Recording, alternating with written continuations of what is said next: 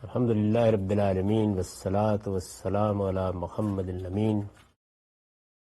اعوذ باللہ من الشیطان الرجیم. بسم اللہ الرحمن الرحیم. خواتین و حضرات، پچھلی نشست میں ہم یہاں تک پہنچ گئے تھے کہ جو بیانیہ اس وقت رائج ہے اس کے بنیادی نکات کیا ہے.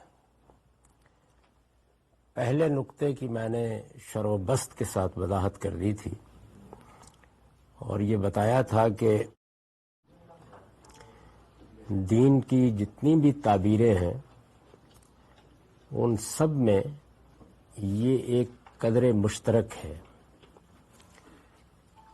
چند تفصیلات سے وہ الگ کر دیں تو بنیادی مباحث میں کوئی بڑا اختلاف نہیں ہے.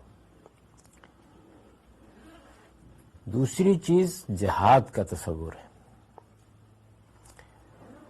اس کا ایک حد تک ذکر پہلے نقطے کے ذیل میں ہو گیا تھا، لیکن بعض نکات کی تفصیل یہاں مقصود ہے. پہلی چیز یہ ہے کہ جہاد ہمارے ہاں قرآن مجید کی وسیع تعبیر میں بہت کم استعمال ہونے لگا. قرآن مجید کو جب ہم پڑھتے ہیں تو یہ معلوم ہوتا ہے کہ وہ اللہ کی راہ میں جد و جہد کے لیے ایک وسیع مفہوم کے ساتھ اس لفظ کا استعمال کرتا ہے. جب وہ یہ کہتا ہے کہ وہ لوگ اللہ کی راہ میں جہاد کرتے ہیں تو ہر جگہ اس سے مراد جنگ یا قتال نہیں ہوتا. ہم میں سے ہر شخص اس بات سے واقف ہے کہ ایک مقام پر تو قرآن مجید نے بڑی صراحت کے ساتھ دین کی دعوت اور اس کے پیغام کے لیے جہاد کبیر کی تعبیر اختیار کی ہے. یعنی رسالت مآب صلی اللہ علیہ وسلم کو یہ کہا ہے کہ وہ جاہد بہی جہادن کبیرہ، آپ اس قرآن کے ذریعے سے بڑا جہاد کیجئے، جہاد کبیر کیجئے. مطلب یہ ہے کہ اس کا پیغام پہنچائیے، اس کی دعوت پہنچائیے، اس کو عام کیجئے، لوگوں میں اس کا چرچا کیجئے اور اس کے لیے جدوجہد کریں. ایسے ہی جس وقت بنی اسماعیل کو عالمی دعوت کے منصب پر فائز کرنے کا اعلان کیا ہے تو سورہ حج کے آخر میں یہی تعبیر اختیار کی ہے، جاہدوا فی اللہ حق جہادی، اللہ کی راہ میں جدوجہد کرو جیسا کہ جدوجہد کرنے کا حق ہے. تو قرآن مجید میں یہ وسیع مفہوم میں استعمال ہوا ہے. ان تعبیرات میں بھی یہ اس وسیع مفہوم میں استعمال ہوتا ہے، لیکن اس کا غالب استعمال جنگ اور قتال کے لیے ہونے لگا. یعنی فقہی مفہوم نے زیادہ غلبہ حاصل کر لیا. یہاں تک بھی کوئی خاص مسئلہ پیدا نہیں ہوتا، لیکن اس کا ہدف کیا ہے. اگر آپ ہمارے کلاسیکی لٹریچر کا مطالعہ کریں، کلاسیکی فقہی لٹریچر اور اس کی بنیاد پر پیدا ہونے والے تصورات کا، تو اس بات پہ کم و بیش اجماع نظر آئے گا کہ یہ سب لوگ جہاد کو کفر کے خلاف جنگ کے لیے ہی استعمال کرتے ہیں. یعنی دنیا میں کفر اور شرک کا خاتمہ کرنے کے لیے جہاد کیا جائے گا، جنگ کی جائے گی. جہاد کے یا جنگ کے جو باقی مفاہیم ہیں وہ بڑے ضمنی طریقے سے بیان ہوتے ہیں. مثال کے طور پر یہ کہ اگر مسلمانوں پر کہیں ظلم ہو رہا ہے تو وہاں پر بھی جنگ کی تعبیر ایسے ہی اختیار کی جاتی ہے، یا مسلمانوں کے دو گروہ آپس میں لڑ پڑے تو اس کے لیے بھی یہ لفظ استعمال کیا جاتا ہے. لیکن اس کا زیادہ استعمال کفر کے خلاف جنگ کے لیے ہی ہوتا ہے.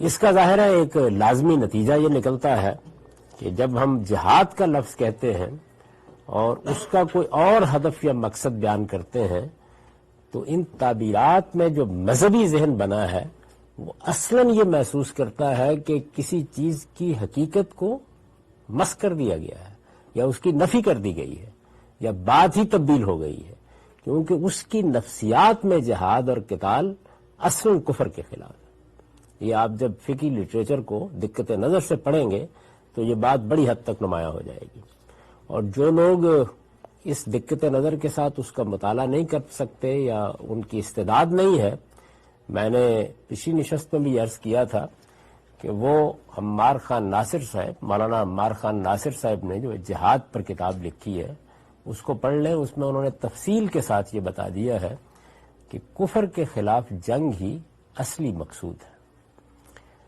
جب جہاد کا لفظ ہمارے ہاں یا جنگ کا لفظ یا قتال کا لفظ استعمال کیا جاتا ہے یا یہ کہا جاتا ہے کہ جہاد بھی اسلام کے ارکان میں سے ایک رکن ہے یا اس کا ایک بڑا حکم ہے، تو اس میں اصل ہدف کی حیثیت یہی ہوتی ہے، باقی چیزیں ضمنی ہیں۔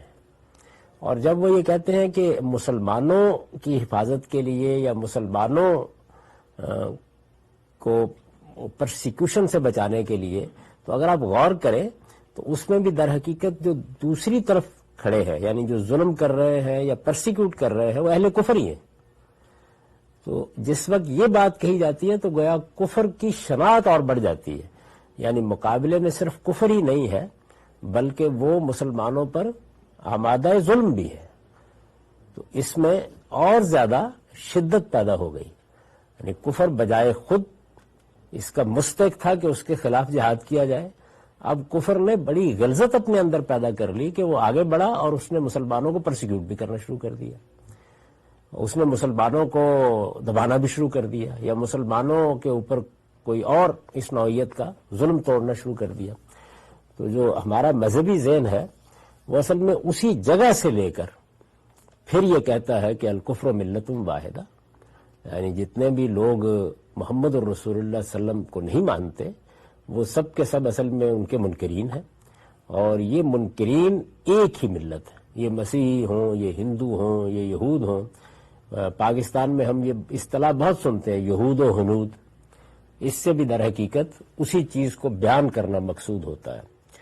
تو جہاد میں جو بنیادی چیز ہے وہ یہ سمجھنی چاہیے کہ باقی چیزیں ہمارے کلاسیکل فکر میں ضمنی ہیں، اصل چیز یہ ہے کہ ہم کفر کے خلاف آمادہ جنگ ہوں گے۔ اگر کفر مسلمانوں پر جبر کر رہا ہے یا ظلم کر رہا ہے تو اس نے اپنے جرم میں اضافہ کر دیا ہے۔ یہ بالکل ایسے ہی ہے کہ جیسے بدکاری ایک جرم ہے، لیکن کوئی آدمی مسجد میں بدکاری کا ارتکاب کرے یا محرمات سے بدکاری کا ارتکاب کرے تو ہم یہی کہیں گے نا کہ اس کے جرم کی شناخت بہت بڑھ گئی ہے۔ اسی طرح کا معاملہ جہاد میں بھی ہے کہ اب تو کوئی گنجائش ہی باقی نہیں رہ گئی۔ اگر کفر کو کچھ تھوڑی مہلت بھی دینی تھی تو اس کی بھی گنجائش باقی نہیں رہی، کیونکہ وہ مسلمانوں کے خلاف آمادہ ظلم ہے۔ جب یہ بات بھی کہہ دی جاتی ہے تو پھر کوئی آگے بحث مباحثے کی گنجائش باقی نہیں رہ جاتی، اور اس موقع کے اوپر ہمارا جو مذہبی ذہن ہے وہ یہ کہتا ہے کہ اب جہاد فرض ہو گیا، یعنی یہ چیز ہے تو بس ٹھیک ہے، فرض ہو گیا جہاد۔ دوسری جو چیز موجودہ زمانے میں بہت زیر بحث آ گئی، وہ اگرچہ فقہا کے ہاں اس طرح موجود نہیں ہے، یعنی فقہا کے ہاں تو یہ طے ہے کہ دو چیزیں موکول الی السلطان ہوتی ہیں، ایک جنگ یا جہاد اور دوسرے تعزیرات یا حدود کا نفاذ، یعنی یہ دونوں چیزیں ریاست اور اقتدار سے متعلق ہیں۔ یہ فقہا کے ہاں اس میں کوئی ابہام نہیں ہے، وہ سب اس بات پر متفق ہیں، لیکن اس کے بعد اس کے ذیل میں بعض صورتیں بیان کرتے ہیں جس سے موجودہ زمانے میں لوگوں نے فائدہ اٹھایا ہے۔ وہ ذیل کی صورتیں اس طرح وجود میں آ جاتی ہیں کہ کسی جگہ مسلمانوں کا کوئی اجتماعی نظم رہا ہی نہیں، یا کسی نے حملہ کر دیا ہے اور مسلمانوں کی کوئی حکومت قائم نہیں رہی، تو اس موقع کے اوپر پھر وہ یہ کہتے ہیں کہ اب اس کی ضرورت نہیں رہی کہ اب کوئی حکمران ہوگا، یعنی یہ ایک خصوصی صورتحال ہے جس کا حل کوئی وہ تجویز نہیں کرتے، اور پھر وہ کہتے ہیں کہ ٹھیک ہے، پھر ہر شخص کے اوپر گویا یہ ذمہ داری عائد ہوتی ہے، وہ اس ذمہ داری کو اپنے طریقے پر ادا کرے۔ اصل میں یہی وہ جزیہ ہے، اس کو ہماری فقہی اصطلاح میں کہتے ہیں کہ ایک تو اصول تھا، ایک فقہی جزیہ وجود میں آ گیا، اس کے اوپر انحصار کر کے بہت سے جو طالبان کے، القاعدہ کے گروہ اٹھے انہوں نے اپنے استدلال کی عمارت تعمیر کر لی۔ اگر آپ اس کو بھی دیکھنا چاہیں تو ایک کئی برس پہلے، مجھے اب ٹھیک تو اس کا زمانہ یاد نہیں، ایک بحث ہوئی تھی جس میں ہماری طرف سے معز امجد صاحب نے کچھ مضامین لکھے تھے اور اس کے جواب میں مولانا زاہد الراشدی صاحب نے کچھ مضامین لکھے تھے۔ تو ان میں یہ نقطہ بہت وسعت سے زیر بحث آیا تھا۔ اس میں انہوں نے کچھ واقعات بیان کیے تھے کہ دیکھیے فلاں جگہ پر جب مسلمانوں کا کنٹرول ختم ہو گیا یا ان کی حکومت ختم ہو گئی تو وہاں 2-4 لوگوں نے اقدام کیا، وہ منظم ہو گئے، یا اس طرح کے واقعات میں بعض اوقات ایک امیر نے یا ایک علاقے کے سربراہ نے یا ایک صوبے کے سربراہ نے اقدام کا فیصلہ کر لیا۔ اس طرح کی کچھ انہوں نے واقعاتی نظائر پیش کیے، جس میں وہ واقعہ بھی تھا جس میں رسول اللہ صلی اللہ علیہ وسلم کے زمانے میں یمن میں حکومت ختم ہو گئی تھی اور پھر وہاں کے لوگوں نے، چند لوگوں نے مل کے دوبارہ اس کو بحال کر لیا، تو اس میں بھی ظاہر ہے ان کو اقدام کرنا پڑا۔ تو اس طرح کے اقدامات کی بعض واقعاتی مثالوں سے انہوں نے یہ کہا تھا کہ یہ ٹھیک ہے، اصول میں تو یہی ہوگا، یہ ہم مانتے ہیں کہ مسلمانوں کا کوئی اجتماعی نظم یا ان کی کوئی حکومت یا ان کی کوئی ریاستی اس کا فیصلہ کرے گی، تاہم اگر کوئی ایسی شکل پیدا ہو جاتی ہے کہ جس میں ریاست کا نظم باقی نہیں رہا، مسلمان منتشر ہو گئے ہیں، ان کی کوئی مرکزی اتھارٹی موجود نہیں ہے، تو پھر جس کو بھی موقع ملے وہ لوگوں کو منظم کر کے یہ اقدام کر سکتا ہے۔ تو یہ دوسری چیز میں، یعنی اس بیانیے کا جو دوسرا اہم پہلو ہے جہاد، اس میں یہ واضح کرنا چاہتا تھا کہ اگرچہ اس کی بہت سی تفصیلات ہیں، ان میں کچھ اختلافات بھی ہو جاتے ہیں، لیکن بنیادی طور پر اس کا ہدف کیا ہے؟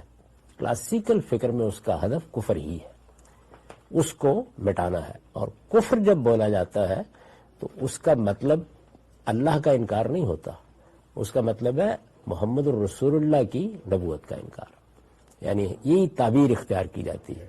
چنانچہ اسی سے ایک فرع نکلتی ہے، اور وہ فرع یہ ہے کہ پوری کی پوری دنیا ہماری کلاسیکل تعبیر میں 2 حصوں میں تقسیم ہے، ایک دارالاسلام، دوسرے دارالحرب۔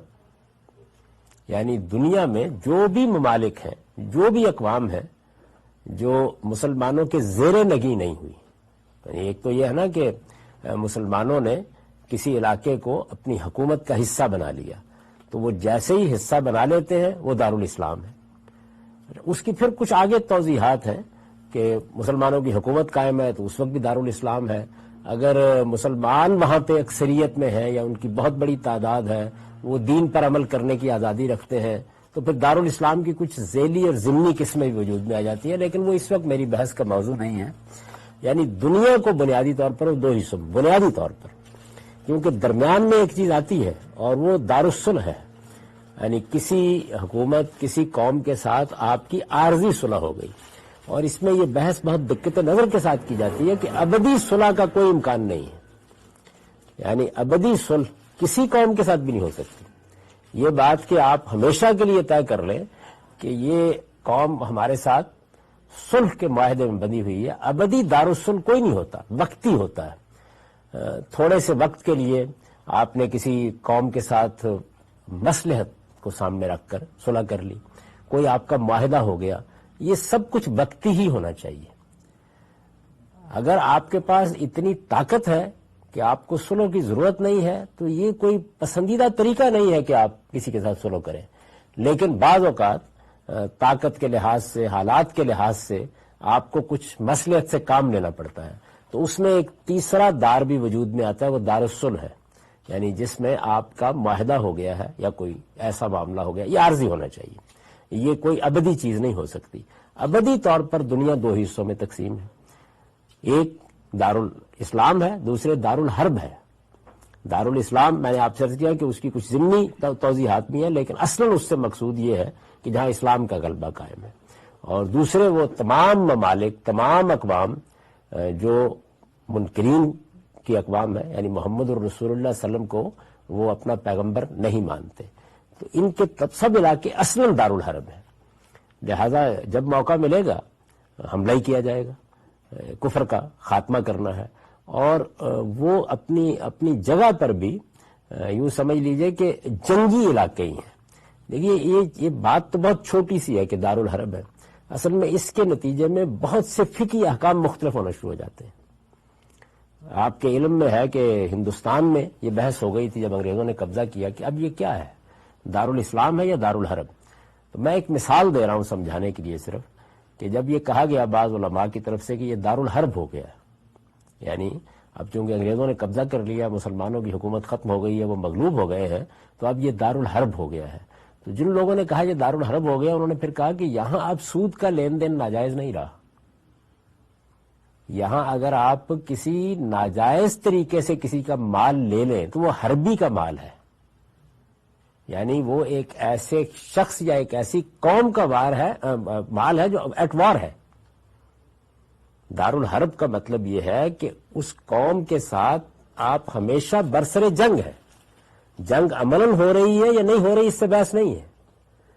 جنگ عملاً اس وقت ہوگی جب ہمارے پاس طاقت ہوگی، کفر کے استحصال کے لیے جنگ کریں گے. لیکن جنگ عملاً ہو رہی ہے یا نہیں ہو رہی، وہ اپنی فقہی تعبیر کے لحاظ سے دارالحرب ہے. اور دارالحرب میں پھر بہت سی چیزیں جو دارالاسلام میں ناجائز ہیں وہ وہاں جائز ہو جائیں گی. اس لیے کہ اصلاً اس کا مال اور ان لوگوں کی جانیں دونوں مباح.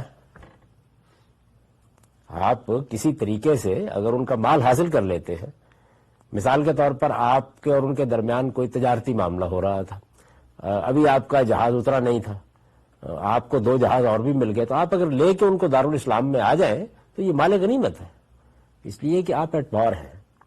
یہ میں نے اس لیے اس کی بہت سے تفصیلات ہیں جو آپ کو فقہ کی کتابوں میں مل جاتی ہیں، صرف اس لیے توجہ دلائی کہ یہ جو پہلو ہے یہ نگاہ میں رہے کہ دارالحرب کہنے کا مطلب کیا ہو جاتا ہے. اب وہ قوم، اس کے لوگ، اس کی حکومت، ان سب کے ساتھ ہم ایٹ وار ہیں. موجودہ قانون میں بھی جب آپ کسی قوم سے برسر جنگ ہو جاتے ہیں تو بہت سی چیزیں تبدیل ہو جاتی ہیں. مثال کے طور پر آپ کے فضا میں سے جہاز گزر رہے ہوتے ہیں، آپ کے سمندروں میں سے بحری جہاز گزر رہے ہوتے ہیں، تو ایسے موقعوں کے اوپر ان کو روک لینا یا ان میں لدا ہوا مال اتروا لینا یہ جائز ہو جاتا ہے جب آپ ایٹ وار ہوتے ہیں. تو اسی ذیل میں پھر ہمارے فقہا بھی یہ کہتے ہیں کہ اصلاً جتنے بھی غیر مسلم اقوام ہیں یا جتنے بھی غیر مسلم ممالک ہیں وہ اصلاً دارالحرب ہیں. ان کے ہاں کوئی عارضی چیز ہو سکتی ہے، عارضی طور پر اگر آپ نے کوئی صلح کر لی ہے یا اپنی مصلحت کے تحت کوئی معاہدہ کر لیا ہے. چنانچہ اس وقت جو اقوام متحدہ کے منشور پر دستخط کر کے ہم اس میں شامل ہوئے ہیں، اس کو بھی اسی ذیل میں لیا جاتا ہے کہ اقوام متحدہ وجود میں آ گئی، ہماری حکومت نے معاہدات کر لیے، ان معاہدات کے نتیجے میں وہ کچھ بین الاقوامی قوانین کی پابند ہو گئی.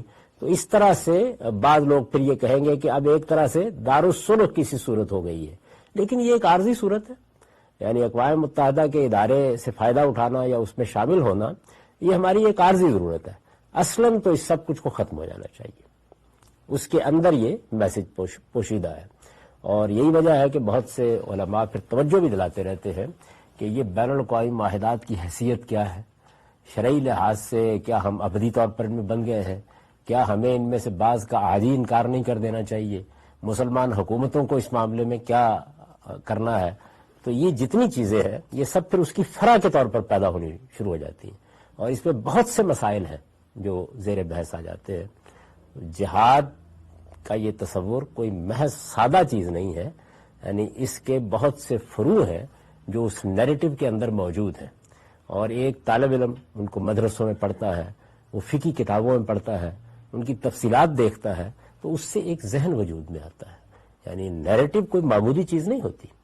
آپ نے اگر ایک بیانیہ وجود پذیر کیا ہے اور اس کے کچھ بنیادی نکات ہیں تو ظاہر ہے کہ وہ اپنے اثرات ڈالے گا، وہ آپ کی نفسیات کو تخلیق کرے گا، وہ دوسروں کے ساتھ آپ کے تعلقات اور روابط کو وجود پذیر کرے گا. اسی سے وہ بحث پیدا ہوتی ہے کہ جب ساری دنیا 2 ہی حصوں میں تقسیم ہے اصلاً، اور ان میں سے ایک دارالحرب ہے، ایک دارالاسلام ہے، تو دارالاسلام میں پھر تفریق کی کیسے گنجائش ہو سکتی؟ دارالاسلام کو اصلاً ایک ہی ہونا چاہیے. تو تیسرا نقطہ وجود میں آتا ہے کہ مسلمانوں کو اصلاً خلافت قائم کرنی ہے. یعنی اگر اس وقت قومی حکومتیں وجود میں آ گئی ہیں، مسلمان مختلف ممالک میں تقسیم ہو گئے ہیں، تو یہ جو کچھ بھی آپ دیکھ رہے ہیں اس وقت یہ استعمار کا پیدا کردہ ہے.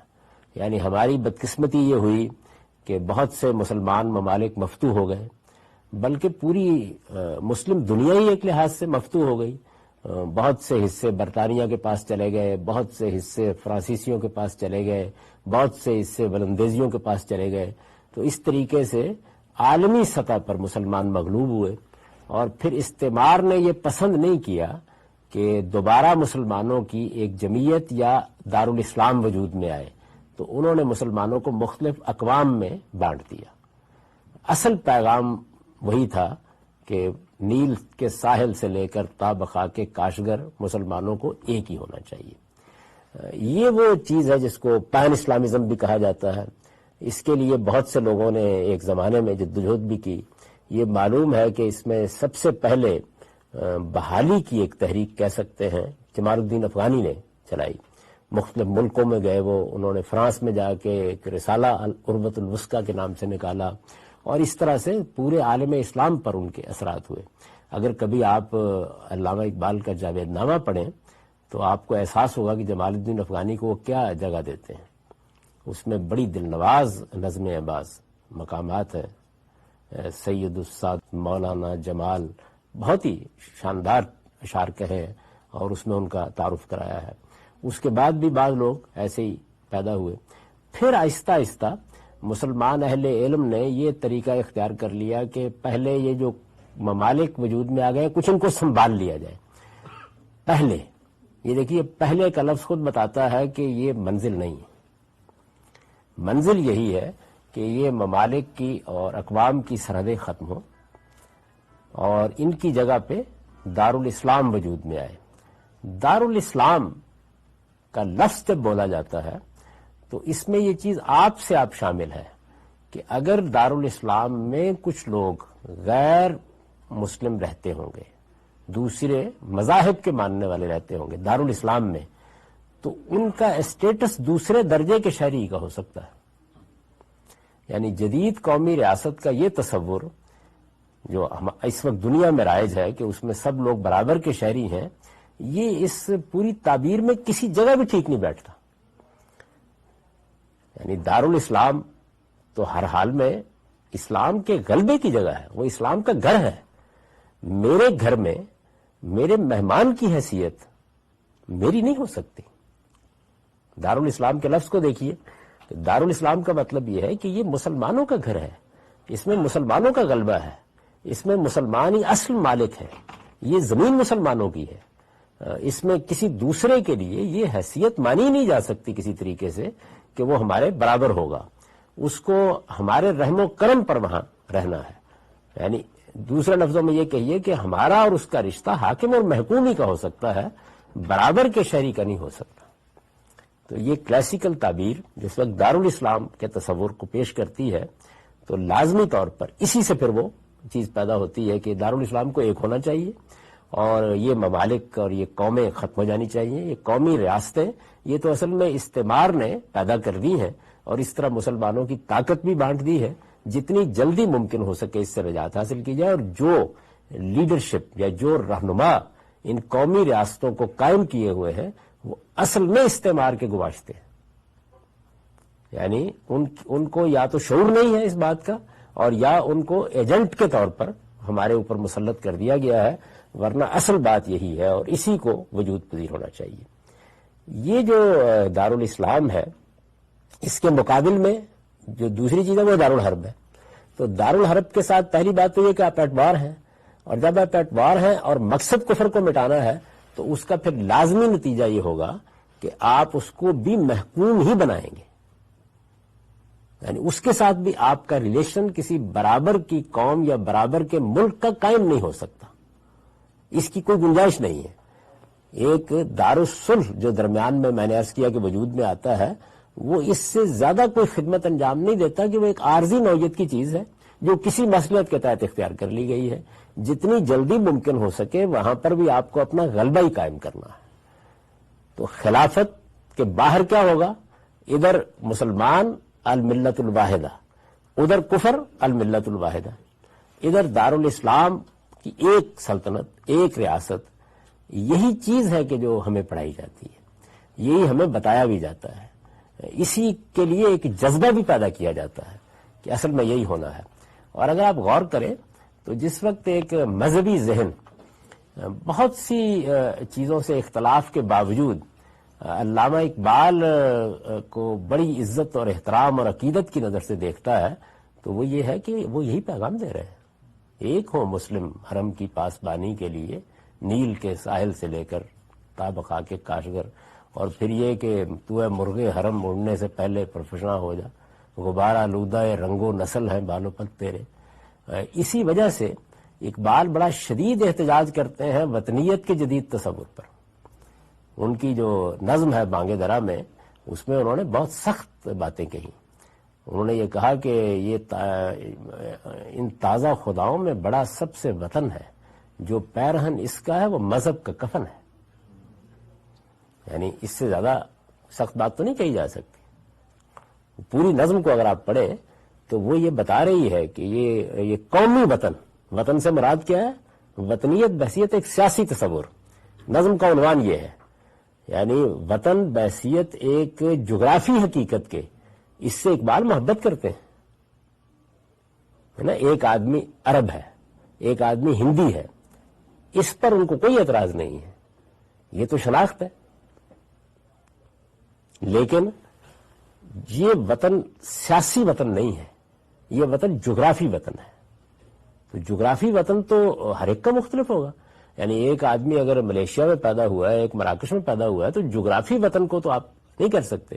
اچھا، جغرافی وطن کی تعبیر بھی ہمارے ہاں یہ اس معنی میں نہیں بولی جاتی تھی۔ مثال کے طور پر اگر آپ اردو زبان اصل میں پوری تہذیب اور تصورات کو بیان کرتی ہے، وہ صرف ابلاغ کا ذریعہ نہیں ہوتی۔ تو آپ یہ دیکھیے کہ میں نے خود اپنے بچپن میں بارہا یہ سنا ہے کہ ہم لوگ سائیوال میں تھے، میرے والد وہاں مقیم تھے، اور ظاہر ہے کہ ہمارا آبائی علاقہ لاہور کے قریب سیالکوٹ کے ضلع میں ہے۔ تو یہ تعبیر بڑی عام تعبیر میں سنتا تھا کہ والد صاحب ادھر سے آئے ہیں تو وہ یہ کہتے ہیں کہ میرا خیال ہے کہ آپ لوگ بھی اپنے وطن ہو آئے۔ یعنی جو وطن ہے وہ اصل میں ایک جغرافی تعلق کا بیان ہے، وہ بڑا بھی ہو جاتا ہے اور وہ بالکل آپ کا گاؤں یا آپ کا علاقہ بھی ہو جاتا ہے۔ یہ جغرافی وطن بالکل اور چیز ہے۔ اقبال جب یہ کہتے ہیں کہ ان تازہ خداؤں میں بڑا سب سے وطن ہے، تو وہ جغرافی وطن پہ بات نہیں کر رہے ہوتے۔ نظم کا عنوان انہوں نے کام کیا وطنیت بحیثیت ایک سیاسی تصور کے۔ تو وطن کا سیاسی تصور کیا ہے؟ وطن کا سیاسی تصور یہ ہے کہ وہ ایک ایسی ٹیریٹری یا ایسا علاقہ ہے جو میری قومیت کو تشکیل کرتا ہے اور میری الگ شناخت کو قائم کرتا ہے، اور جس کے حقوق میرے اوپر باقی سے الگ ہو جاتے ہیں، اور اس لحاظ سے وہ گویا مجھ سے قربانی بھی چاہتا ہے، میری قومیت کی شناخت بھی بنتا ہے، یہ ساری چیزیں اس میں شامل ہو جاتی ہیں۔ اس کو وہ کہتے ہیں کہ ان تازہ خداؤں میں بڑا سب سے وطن ہے، جو پیرہن اس کا ہے وہ مذہب کا کفن ہے۔ کہ مذہب تو اصل میں اس وطنیت کو تسلیم نہیں کرے گا، وہ یہ اس پہ اعتراض نہیں کر رہا مذہب کہ آپ عربی نہ کہلائیں یا آپ عجمی نہ کہلائیں، لیکن جب آپ عجم کو عرب سے الگ کر کے ایک سیاسی شناخت دیں گے تو یہ مذہبی لحاظ سے ناقابل قبول ہے۔ خاص ہے ترکیب میں قوم رسول ہاشمی، یعنی یہ وہ قومیت ہی نہیں ہے، چونکہ وہ دیکھیے اس جگہ پر کھڑے ہیں اور ٹھیک جو ہمارا کلاسیکل فکر ہے اس کو تعبیر کر رہے ہیں، یعنی کلاسیکل مذہبی فکر کو بہترین زبان دے رہے ہیں، ایک ایسی زبان دے رہے ہیں کہ جو دلوں میں اتر جاتی ہے۔ یہ کوئی معمولی درجے کا کارنامہ نہیں ہے جو انہوں نے اس پہلو سے انجام دیا ہے۔ یعنی وہ بات جو میں آپ کو فقہی اصطلاحات میں سمجھا رہا ہوں یا یہ بتا رہا ہوں کہ اس میں کیا تصور پیدا ہوتا ہے ایک عالمی خلافت کا اور ایک ایسے دارالاسلام کا جس کی سرحدیں یہ قومیں نہیں متعین کرتی، جس کی سرحدیں مذہب متعین کرتا ہے۔ یعنی جہاں جہاں اس مذہب کا غلبہ ہوتا چلا جاتا ہے وہاں تک دارالاسلام بھی پھیلتا چلا جاتا ہے۔ وہ کسی ایک جگہ پر بند کوئی چیز نہیں ہے، اس کے باہر نکلنا کوئی جارحیت نہیں ہے، اور اس کے اندر رہنا کوئی مذہبی فریضہ نہیں ہے۔ آپ کے لیے وہ ساری دنیا ہے، ہر ملک کے ماست کے ملک خدائے ماست، یہ ہمارے خدا کا ملک ہے اور اس میں ہم دارالاسلام کی سرحدوں کو ان کی آخر تک، اصل میں تو وہ سارے قرۂ ارض تک جانی ہے، لیکن ابھی سارے قرۂ ارض تک اگر نہیں گئی تو کم سے کم وہاں تک تو ان کو رہنا چاہیے۔ اس چیز کو سامنے رکھ کر جب یہ جملہ مولانا حسین احمد مدنی کی زبان سے نکل گیا، کیونکہ کانگریس کی اور مسلم لیگ کی اس وقت ایک جنگ تھی، تو انہوں نے کسی موقع کے اوپر کوئی انٹرویو دیتے ہوئے غالباً یا کوئی تقریر کرتے ہوئے یہ کہا کہ اس زمانے میں قومیں اوطان سے بنتی ہیں، یعنی جو قومیت کا مسئلہ ہے کہ جس میں ایک قوم نسل کی بنیاد پر اپنے آپ کو قوم کہتی ہے، تہذیبی یا ثقافتی پس منظر کی بنیاد پر اپنے آپ کو ایک قوم کہتی ہے، یا زبان کی بنیاد پر اپنے آپ کو ایک قوم کہتی ہے، تو انہوں نے یہ کہا کہ اب وطن بھی قومیت، یہ بات اگر آپ علمی لحاظ سے دیکھیں ایک بالکل ٹھیک بات ہے، کیونکہ اس سے پہلے دور حاضر سے پہلے وطن کی بنیاد پر قومیت کا کوئی تصور نہیں تھا، یعنی قومیت یا تو نسل کی بنیاد پر تھی، یا قومیت زبان کی بنیاد پر تھی، یا تہذیبی اور ثقافتی پس منظر کی بنیاد پر تھی۔ یہ جو وطن کی بنیاد پر قومیت ہے، یعنی آپ امریکہ میں آئے ہیں تو آپ امریکہ میں آ کے امریکی قوم بن گئے ہیں، یا ہم پاکستان کے رہنے والے 13 اگست 1947 کو ہندی تھے اور 14 اگست 1947 کی رات ہم پاکستانی ہو گئے، تو یہ جو فرق واقع ہوا ہے یہ وطنی قومیت ہے، یہ دیکھیے یہ وجود میں آئی ہے۔ تو اقبال نے جب یہ دیکھا کہ مولانا حسین احمد مدنی دیوبند کا سب سے بڑا عالم جس کا بر صغیر میں بڑا اثر ہے وہ یہ بات کہہ رہے ہیں، تو پھر انہوں نے وہ اشعار کہے ہیں کہ جن سے زیادہ سخت تنقید ممکن نہیں تھی۔ سرود برسر ممبر کے ملت از وطن است، ممبر پر کھڑے ہو کر یہ فرمایا جا رہا ہے کہ قوم وطن سے بنتی ہے۔ سرود برسر، اس جملے کی جو کاٹ ہے اور جو سختی ہے اس کے اندر، سرود برسر ممبر، یعنی محمد الرسول اللہ کا ممبر آپ کو حاصل ہے ایک عالم کی حیثیت سے، اس ممبر پر کھڑے ہو کر آپ یہ فرما رہے ہیں کہ ملت از وطن است، جب بے خبر ز مقام محمد عربی است، آپ محمد عربی کے مقام سے کتنے بے خبر ہیں۔ ایک بڑا شاعر یا ایک بڑا رہنما اس سے زیادہ بڑی بات کیا کہہ سکتا ہے؟ اور پھر نام لے کے کہا ہے دیوبند حسین احمد اینچے بولا جبیست، یعنی یہ بات کون کہہ رہا ہے؟ دیوبند جیسے مدرسے سے، دیوبند جیسے مدرسے سے بھی کوئی عام استاد نہیں، حسین احمد اینچے بولا جبیست، یہ کتنی تعجب کی بات ہے۔ مصطفیٰ برساں خیشرا کے دی ہم اوست، اگر بہو نہ رسیدی تمام بولا حبیست، اپنے آپ کو ان وطنوں سے اور ان چیزوں سے اوپر اٹھاؤ اور محمد عربی صلی اللہ علیہ وسلم تک پہنچو۔ محمد عربی صلی اللہ علیہ وسلم خاص ہے ترکیب میں قوم رسول ہاشمی، وہ تو ایک عالمی خلافت کے دائی ہیں، وہاں پہنچو۔ مصطفیٰ برساں خیشرا کے دی ہم اوست، اس لیے کہ دین نام ہی محمد الرسول اللہ کے پیغام کا اور آپ کی شخصیت کا ہے۔ اگر بہو نہ رسیدی تمام بولا حبیست، اگر وہاں تک نہیں پہنچے تو یہ جو کچھ بھی آپ کا علم اور دانش اور ترا اور تم تراک اور مسجد اور ممبر ہے تمام بولا حبیست، یہ اصل میں ابو لہب کی سنت ہے۔ تو یہ سخت ترین اشعار انہوں نے کہے اور اس طریقے سے گویا اپنا وہ موقف بیان کیا۔ تو یہ میں آپ سے یہ گزارش کر رہا ہوں کہ یہ ایسا نہیں ہے کہ جن نکات کی طرف میں توجہ دلا رہا ہوں کہ اس سے ایک بیانیہ وجود میں آیا ہے، وہ نکات کوئی صرف مذہبی مدرسوں تک محدود رہے۔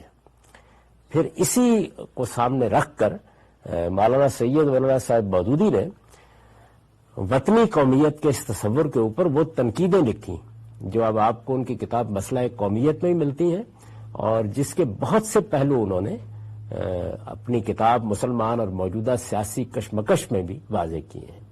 اس میں بھی جو سارا استدلال، یعنی اقبال کی یہ جو بات ہے اس کو انہوں نے پھر نثر میں علمی استدلال کے ساتھ موقت کیا ہے۔ یہ بتایا جاتا ہے کہ بعد میں مولانا حسین مدنی صاحب اور علامہ اقبال کے مابین کچھ غلط فہمی دور ہو گئی، لیکن اس کی اگر آپ تفصیلات پڑھیں تو یہ معلوم ہوتا ہے کہ دونوں جانب سے، یعنی ادھر سے افو درگزر کیا گیا ہے اور ادھر سے کچھ عذر معذرت کی گئی،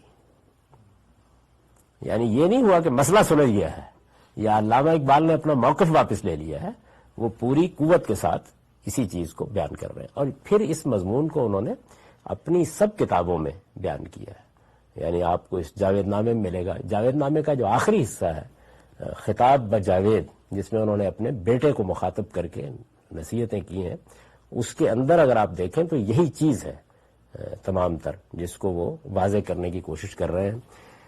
اس دراز نفسی سے مقصود یہ تھا کہ آپ یہ سمجھ سکیں کہ یہ خلافت محض ایک لفظ نہیں ہے، بلکہ اس کے پیچھے ایک بڑا گہرا اور قوی استدلال ہے. یعنی اس کے پیچھے پوری فقہ اسلامی کی روایت کھڑی ہے، اور اس وقت لوگ اس طرح کی چیزوں کو اس طرح نہیں سمجھتے.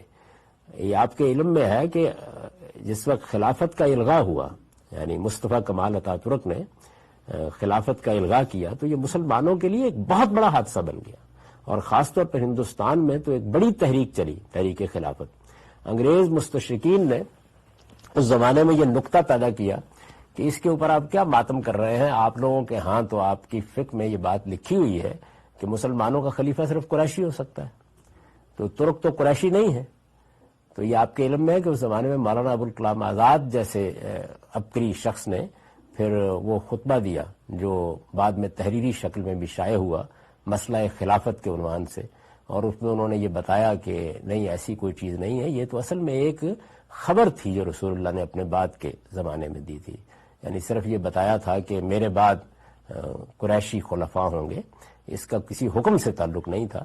لہذا ترکوں کی خلافت بھی ہمارے لیے ویسی ہی خلافت ہے، اور اس خلافت کے خاتمے کا بہت ماتم کیا گیا. اس میں یہاں تک مسلمان چلے گئے کہ وہ انگریزوں پر سمجھتے تھے کہ چونکہ ہم ان کی نوآبادیات ہیں، ہم سے ٹیکس لیا جاتا ہے، ہمارے بلبوتے کے اوپر یہ عظیم برطانیہ عظمیٰ کی سلطنت قائم ہے، تو ہم دباؤ ڈال سکتے ہیں کہ ہماری اس خلافت کو ختم نہ کیا جائے. یہ ہمارے لیے گویا یوں سمجھ لیجئے کہ ایک مذہبی چیز ہے.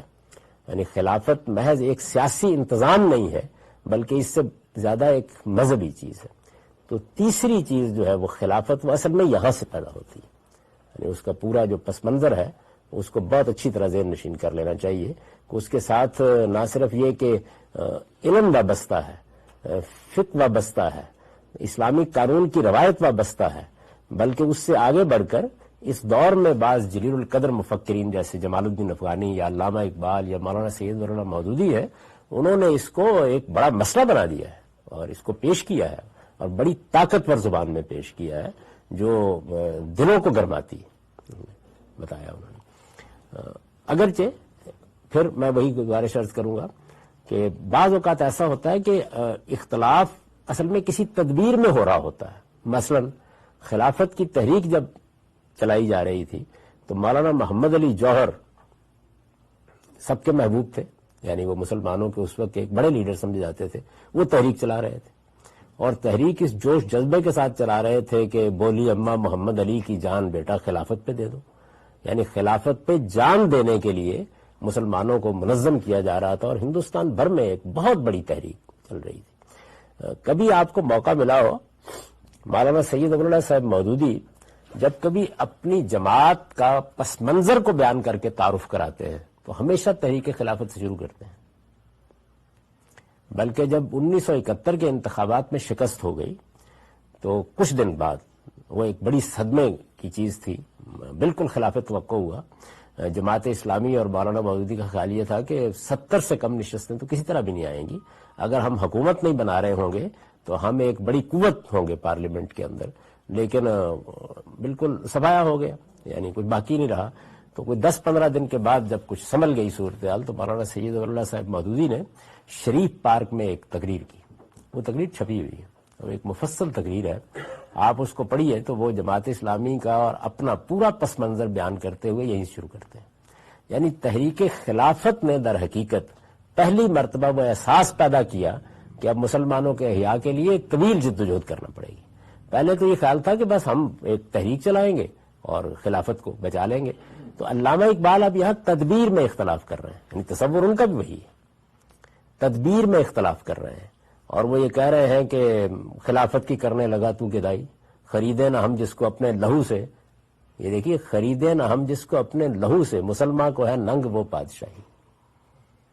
یہ انگریزوں سے بھیک مانگ کے ہم کو خلافت نہیں لینی، اس سے وہ اختلاف کر رہے ہیں، اس کو لہو سے خرید لیں.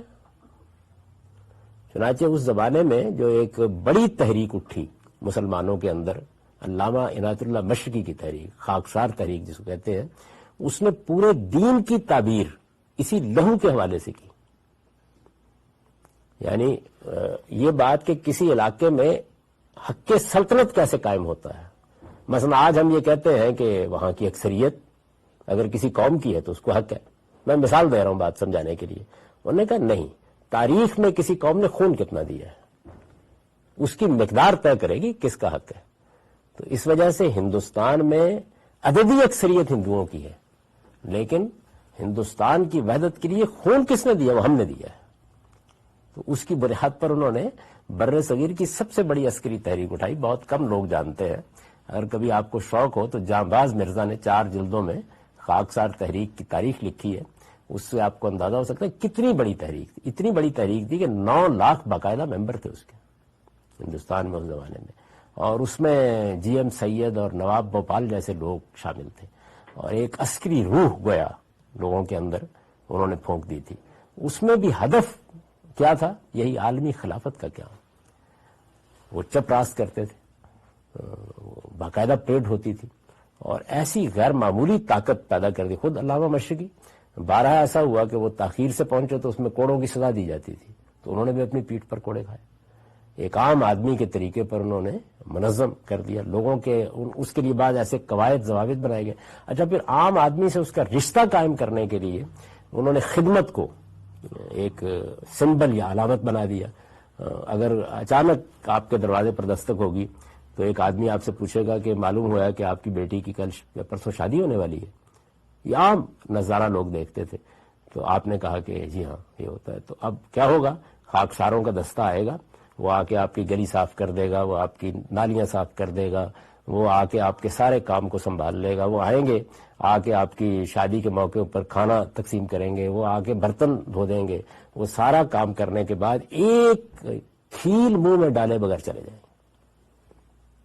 یعنی یہ چیز انہوں نے پیدا کی. اس حد تک اس کو ایک ایثار کے اوپر مبنی کیا کہ کوئی شخص جو ہے وہ پانی بھی اگر کسی سے لے گا تو اس کی ادائیگی کرے گا. وہ خود اس تشدد پہ اتر آئے کہ کوئی ان کو مہمان کے طور پر بلاتا تھا تو وہ یہ کہتے تھے کہ یا تو آپ مجھے کچھ دیں گے نہیں اس موقع کے اوپر، اور یا میں قیمت ادا کروں گا.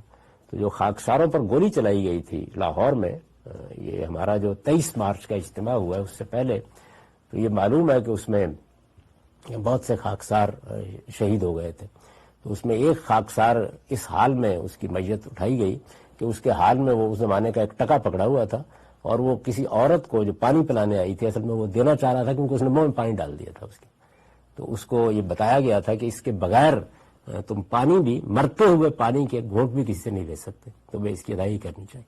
تو ایک بڑی، میں نے صرف یہ اس لیے عرض کیا کہ اسی چیز نے کہ مسلمانوں کا نظم دوبارہ بحال ہو اور خلافت دوبارہ قائم ہو. یہ محمد علی جوہر کو اقبال ایک طرف تنقید کر رہے ہیں. تدبیر کے لحاظ سے محمد علی کے اور ان کے درمیان ایک زمانے میں بہت تلخی بھی ہو گئی. یعنی محمد علی وہاں آئے، علامہ اقبال اسلامیہ کالج کے سیکٹری تھے انجمن کے، تو علامہ اقبال نے یہ خیال کر کے کہ یہ بچوں کو بھی تحریک میں شامل کریں گے، چھٹی کر دی تاکہ رابطہ نہ ہو سکے. تو محمد علی کا اس پہ رد عمل ہوا بہت، اور بلکہ انہوں نے بعد میں بہت سخت بعض الفاظ بھی کہے. انہوں نے کہا کہ اقبال تم نے ہمیں مسلمان کیا اور اب خود کافر ہو گئے ہو. تو یہ صورتحال بھی ہوئی، یعنی سیاسی اختلاف میں بعض موقعوں کے اوپر. لیکن آپ وہ دیکھیے محمد علی کی وفات کے اوپر اقبال نے جو نظم لکھی ہے، سوئے جنت رفت زار آہے کہ پیغمبر گزشت، وہ فلسطین میں مدفون ہے. تو انہوں نے کہا کہ محمد علی جنت میں اسی راستے سے گئے ہیں جس راستے سے پیغمبر معراج پر گئے تھے. سوئے جنت رفت زار آہے کہ پیغمبر گزشت. اور وہ اس میں بڑے خوبصورت اشعار ہیں، بانگ درا میں ہے، کبھی نکال کے پڑھیے. شہ پرے زاغو زگن در بندے قید و سید نیز تین سعادت قسمت شاہین و کردان. یعنی یہ کیا کوئی بہت اسیر رہتے نا محمد علی، ادھر گرفتار ہوئے ادھر نکلے. تو انہوں نے کہا کہ یہ کبھی کسی نے دیکھا ہے کہ چیل کو اور کبوں کو کسی نے گرفتار کیا ہو؟ یہ تو شاہین کی قسمتی ہوتی ہے نا کہ اس کو پکڑ لیتے ہیں اور گرفتار کرتے ہیں. تو بڑی عقیدت. آپ دیکھیں مولانا سید ابو اللہ صاحب مودودی بھی، میں نے تو مولانا سید ابو اللہ صاحب مودودی کو آخری زمانے میں دیکھا ہے. یہ آخری زمانے کا حوالہ اس لیے دے رہا ہوں کہ اس وقت تک آدمی بہت میچور ہو چکا ہوتا ہے. اور جو بچپن کی یا جوانی کے زمانے کی عقیدتیں اور اس طرح کی چیزیں ہیں وہ اس طرح نہیں ہوتی. تو دو شخصیات ایسی تھیں کہ جن کے معاملے میں مولانا سید ظفر اللہ صاحب مودودی کے ہاں یعنی آنکھوں کی بالکل چمک تبدیل ہو جاتی تھی ذکر کرتے ہوئے. ان میں ایک مولانا محمد علی جوہر بھی تھے. تو یہ میں نے اس لیے تھوڑا سا آپ کو بتایا کہ یہ معاملہ جس کو اب ہم داعش کہہ کے یا اور چیزیں کہہ کے رد کر دیتے ہیں یہ اتنا معمولی سا معاملہ نہیں ہے. تو یہ اس تیسرے نقطے کی وضاحت تھی کہ خلافت بنیادی طور پر کیا اہمیت رکھتی ہے, اس کے پس منظر میں کیا استدلال ہے اور وہ کتنی غیر معمولی چیز ہے, یعنی وہ کہاں سے اٹھی ہوئی ہے. اور اب جب ہم یہ کہتے ہیں کہ خلافت بحال ہونی چاہیے یا فلاں صاحب اب مسلمانوں کے خلیفہ ہو گئے ہیں یا ایک چھوٹے سے علاقے میں اس کا احیاء کر کے ہم آگے بڑھ رہے ہیں, تو اس کے پیچھے جو موٹیویشن کی اور تحریک کی قوت ہے وہ اس ذہن کے لیے کتنی غیر معمولی ہے جس کی ساری پرورش اس علم میں ہوئی. وہ کتنی غیر معمولی چیز ہے, اس کے لیے پھر وہ سب کچھ کرنے کو تیار ہو جاتے ہیں. اس کے بعد جو چوتھا نقطہ ہے اس بیانیے میں وہ اس دارالاسلام کے اندر مسلمانوں کے ساتھ معاملہ کرنے کا نقطہ نظر ہے. یعنی یہ تو میں نے عرض کر دیا کہ غیر مسلموں کا جہاں تک معاملہ ہے اس میں تو کوئی اور رشتہ ہے ہی نہیں سوائے اس کے کہ وہ محکوم ہے. وہ ہماری سلطنت میں ہوں گے تو محکوم ہوں گے, وہ اگر باہر ہیں تو انہیں محکوم بنانا ہے. اسی لیے دارالحرب ہے نا. ان کے ساتھ ہمارا جو تعلق ہے وہ ہے ہی یہ کہ ہم اعتبار ہیں ان کے ساتھ, ہمیں جلد یا بدیر ان کو محکوم بنانا ہے. تو ریلیشن مذہبی ذہن کے اندر ایک ہی پیدا ہوتا ہے. یہ ہم کہتے ہیں نا انسانیت کا رشتہ ہے, قومیت کا رشتہ ہے. آپ بات کیجئے, آپ لوگوں تک دعوت پہنچائیے, آپ ان کو اپنی قوم کا فرض سمجھیے. یہ جو ساری تقریر ہے یہ اس ذہن کے قریب سے بھی نہیں جاتی, اجنبی ہے اس کے لیے. وہاں سارا کو جو ذہنی پس منظر ہے وہ یہ بنا ہوا ہے کہ یہ دارالاسلام ہے اور وہ دارالکفر ہے. دارالکفر اصل میں دارالحرب ہے, ہم ان کے ساتھ برسر جنگ ہیں. جب ہمارے پاس طاقت ہوگی تو اندر کے لوگوں کو محکوم ہونا چاہیے, باہر کے لوگوں کو محکوم بنائیں گے. اسی بنیاد کے اوپر میں نے توجہ دلائی ہے یہ کہ مذہبی ذہن موجودہ قومی ریاست کو اپنی نفسیات میں تسلیم ہی نہیں کرتا سرے سے. یعنی اس کے ہاں اس کا کوئی تصور ہی نہیں. یہ جس کو آپ آج کی قومی ریاست کہتے ہیں اور جس میں کہتے ہیں غیر مسلموں کے حقوق ہونے چاہیے اور غیر مسلموں کے ساتھ زیادتی ہو گئی اور یہ ہو گیا, یہ جتنی آپ کی تقریر ہے یہ بالکل بے معنی تقریر ہے. وہ اگر اس کے جواب میں اس وقت کھڑے نہیں ہوتے تو صرف اس لیے کھڑے نہیں ہوتے بات کرنے کے لیے کہ آپ نے کون سی ان کی بات سمجھنی, لیکن حقیقت میں ان کا یہ تصور ہے کہ یہ محکوم ہی ہے.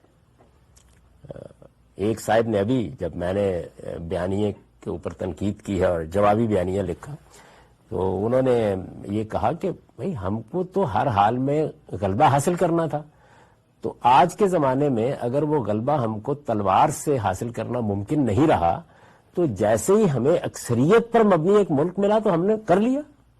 یعنی اصل تو ہدف ہے نا, مقصود ہے.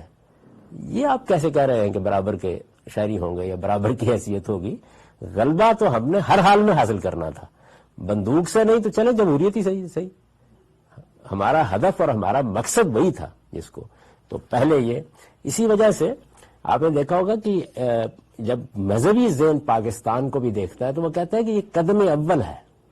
اصل میں تو یہاں سے عالمی خلافت یعنی یہ گویا ایک طرح سے ایک تحریک یا ایک منزل تک پہنچنے کے لیے پہلا قدم ہے. اس سے ہمیں آگے بڑھنا تھا, ہم تو یہی الجھ کے رہ گئے. یعنی مذہب کی بنیاد پر ایک ملک وجود میں آئے اور پھر وہ پوری دنیا تک اپنی سرحدیں پھیلاتا چلا جائے. تو پاکستان محض ایک جغرافیے کا نام نہیں ہے بلکہ پاکستان ایک ایسی تحریک کا نام ہے کہ جس کو اصل میں پوری دنیا کو مفتوح کرنا تھا. اب وہ کیسے کرنا تھا وہ ایک بالکل الگ چیز ہے. تو چوتھی جو چیز ہے وہ یہ ہے کہ جو مسلمان غیر مسلموں کے بارے میں نے عرض کر دیا وہ باہر ہے یا اندر ہے ان کے ساتھ بنیادی تعلق ایک ہی ہے. جو مسلمان ہیں, اب یہ جو ہمارا پورا فقہی پس منظر ہے وہ اس میں حکومت جب قائم ہوتی ہے تو حکومت قائم ہونے کا ایک پولیٹیکل سائنس میں آپ مطالعہ کرتے ہیں. یعنی آپ یہ کہتے ہیں کہ چونکہ انسان کے پاس اختیار ہے اور اس کا وہ سوء استعمال کرتا ہے، اس کے نتیجے میں جان مال آبرو کے خلاف تعدی وجود میں آتی ہے، تو اس وجہ سے انسان نے اس مسئلے کو حل کرنے کے لیے ایک طرح کا ایک کانٹیکٹ سا وجود میں آ گیا، اور اس سے یہ حکومتیں پہلے قبائلی سطح پر بنی، پھر آہستہ آہستہ سلطنت عام میں بدلی، پھر منظم ہو گئی تاکہ انسان کو امن فراہم کیا جا سکے۔ تو بنیادی طور پر امن اور انسان کے جو بنیادی انسانی حقوق ہیں ان کی حفاظت کے لیے حکومتیں وجود میں آئی ہیں۔ لیکن یہاں نوعیت بالکل مختلف ہے۔ یہاں پر جب حکومت وجود میں آتی ہے تو وہ اصلاً کس لیے وجود میں آتی ہے؟ وہ اصلاً اقامت دین کے لیے وجود میں آتی ہے۔ یعنی حکومت کے وجود میں آنے کا اصلی مقصود یہ ہے کہ وہ دین کو مسلمانوں پر قائم کرے اور مسلمانوں کو منظم کر کے دین کو دنیا پر قائم کرے۔ تو حکومت کا جو اصلی مقصود ہے وہ یہاں یہ نہیں ہے محض کہ وہ امن فراہم کر دے، یہ کرے، یہ بھی ایک مذہبی فریضہ ہے، لیکن اصلاً وہ اقامت دین کے لیے وجود پذیر ہوتی ہے۔ تو چنانچہ اس کی یہ فرع ہے، اس تصور کی یہ فرع ہے کہ جو لوگ مسلمان ہونے کا اقرار کر کے اس حکومت کے اندر موجود ہیں، ان کو پھر اسلام کے تمام احکام پر رضاکارانہ عمل تو کرنا ہی ہے، نہیں کریں گے تو حکومت کو حق حاصل ہے کہ ان پر دین نافذ کر دیں، اور وہ ہر جزیے میں کرنے کا حق رکھتی ہے، یعنی عبادات کا معاملہ ہو یا دوسرے احکام کا معاملہ ہو۔ اس وجہ سے جیسے ہی مذہبی حکومت وجود میں آتی ہے، ہمارے موجودہ دور میں بھی یہ دیکھیے کہ محمد بن عبد الوہاب کی تحریک کے نتیجے میں سعودی عرب میں وجود میں آئی، اس کے بعد امام خمینی کی قیادت میں ایران میں وجود میں آئی، پھر ملا عمر کی قیادت میں افغانستان میں 5 سال رہی، 7 سال رہی، وہ ایک الگ بحث ہے، لیکن بہرحال وجود میں آئی۔ تو دور حاضر میں یہ 3 مذہبی حکومتیں وجود میں آئی ہیں، تینوں نے یہی کیا ہے۔ تینوں میں ایک ایک چیز اسلامی احکام کی ایک فہرست جو پوری ہے، جس کو ایک فقیہ طے کر دیتا ہے، تو اس کا نفاذ کیا جائے گا۔ یعنی اگر مثال کے طور پر ایک مذہبی پولیس کا آدمی آپ کو وضو کرتے ہوئے غلط دیکھتا ہے تو وہ آپ کے پیٹھ پر کوڑا رسید کر سکتا ہے کہ آپ ٹھیک کریں اپنے وضو کو۔ عورتیں، ابھی آپ داعش کے بارے میں یہ پڑھ رہے ہوں گے کہ وہاں پر انہوں نے ایک خاتون کا بیان کر رہے ہیں، BBC پر بھی موجود ہے، کہ وہ گھر سے نکلتی ہے، اس کا میاں اس سے یہ کہتا ہے کہ تم نقاب اوڑھو گی تو پھر میں لے جا سکتا ہوں، اس کی وجہ یہ ہے کہ ورنہ کارروائی ہوگی ہمارے خلاف۔ تو وہ جا کے ریستوران میں بیٹھتی ہے تو وہاں وہ نقاب اٹھا دیتی ہے کھانا کھانے کے لیے، تو ریستوران کا مالک بھاگتا ہوا آتا ہے اور وہ یہ کہتا ہے کہ آپ رائے کرم نقاب لے لیں، کیونکہ ورنہ ابھی وہ لوگ اگر آ گئے تو کارروائی کریں گے۔ یہ ایک مذہبی فریضہ سمجھا جاتا ہے کہ دین کے جو احکام ہیں آپ ان کی خلاف ورزی نہیں کر سکتے اس حکومت کے اندر، اور اگر ایسا کریں گے تو چونکہ اسلام ایک ریاست ہے بنیادی طور پر، تو آپ اصل میں اسٹیٹ لا سے، یعنی دیکھیے نا، جب یہ تصور آ گیا، مولانا مودودی نے اس کو ایک نئی تعبیر ضرور دی ہے لیکن تصور پہلے سے موجود ہے، انہوں نے اس کو ایک جدید زبان دی کہ جس طرح ایک اسٹیٹ اپنے قانون کی پابندی کراتی ہے تو اسلام اسٹیٹ ہے تو وہ اپنے قانون کی پابندی کرائے گا۔ جو احکام اس میں دیے گئے ہیں، اگر پردے کے احکام ہیں اور اگر کوئی آپ کے داڑھی رکھنے کا حکم دیا گیا ہے، یا لباس کے معاملے میں یہ بتایا گیا ہے کہ گھٹنے ننگے نہیں ہونے چاہیے مثال کے طور پر، تو جو بھی میں چھوٹی چھوٹی باتیں، اسی سے وہ فرع نکلتی ہے کہ محرم کے بغیر عورت کیسے داخل ہو سکتی ہے حج کے لیے، عمرے کے لیے۔ تو یہ جتنی قانون سازی ہے وہ اس اصول پر کی گئی ہے کہ کسی جگہ پر بھی جب ایک اسلامی حکومت قائم ہو جاتی ہے تو اسلامی حکومت کا مقصد ہی یہ ہے کہ وہ دین کو قائم کر دے، اقامت دین کے مقصد سے قائم کی جاتی ہے۔ اس نے غیر مسلموں کو محکوم بنا کے رکھنا ہے اور مسلمانوں کو دین کا پابند بنا کے رکھنا ہے، دین کا پابند بنا کے رکھنا ہے۔ اس کے بغیر ملت انتشار کا شکار ہو جائے گی۔ آپ اگر آزادی دے دیں گے لوگوں کو تو اس آزادی کے نتیجے میں تو بہت سے لوگ خلاف ورزی کرنا شروع کر دیں گے۔ اگر ایک محلے کے اندر سے بازار میں شاپنگ کرنے والی ایک خاتون نے نقاب اوڑھا ہوا ہے اور دوسری نہیں اوڑھا ہوا ہے تو وہ تو ترغیب دے رہی ہے اس کو، تو اس لیے اس نے اپنی مرضی سے اوڑھا ہوا ہے، اس کو ریاست نقاب پہنوائے گی۔ یعنی یہ ہو نہیں سکتا کہ آپ اس چیز کو گوارا کر لیں کہ آپ دین کے کسی حکم کی، ہاں البتہ دین کے کسی حکم کی خلاف ورزی گھر کی 4 دیواری کے اندر ہو رہی ہے تو وہ ہماری جورسڈکشن نہیں ہے. اس کے معاملے میں وہ یہی کہتے ہیں کہ اس میں حضرت عمر نے بھی ایک مرتبہ غلطی کی تھی تو ان کو توجہ دلا دی تھی. ایک آدمی نے مشہور واقعہ سنایا جاتا ہے نا کہ انہوں نے دیکھا کہ شراب نوشی کی مجلس اور گانا بجانے کی آواز آ رہی ہے تو انہوں نے دیوار پھلانگی اور وہ اندر چلے گئے. تو اس آدمی نے کہا کہ آپ مجھے غلط کام سے روکنے کے لیے آئے ہیں, آپ نے خود دین کے 3 احکام کی خلاف ورزی کر دی. تو یہ اگر کبھی آپ کو دلچسپی ہو تو اس روایت کے اوپر مولانا امین احسن اصلاحی کی تنقید پڑھنے کی چیز ہے. تو خیر میں تو اس وقت صرف یہ گزارش کر رہا ہوں کہ اسلامی حکومت کا جو ریلیشن بنتا ہے یا دارالاسلام کے نظم کا یا خلافت کا دوسرے لفظوں میں کہیے جو تعلق بنتا ہے وہ تعلق اقامت دین کا تعلق ہے, نہ کہ امن و امان قائم کرنے والی ایک حکومت کا تعلق ہے. وہ بنیادی طور پر اس اصول کے اوپر اپنی پوری قوم کو منظم کرے گی. یہ 4 نکات ہیں جن کی میں نے وضاحت کر دی ہے. اس کے بعد اب اگلی نشست میں باقی چیزیں کریں گے. آپ کوئی سوال پوچھنا چاہیں تو پوچھ لیں. اقول قولی ھذا واستغفر اللہ لی ولکم ولسائر المسلمین.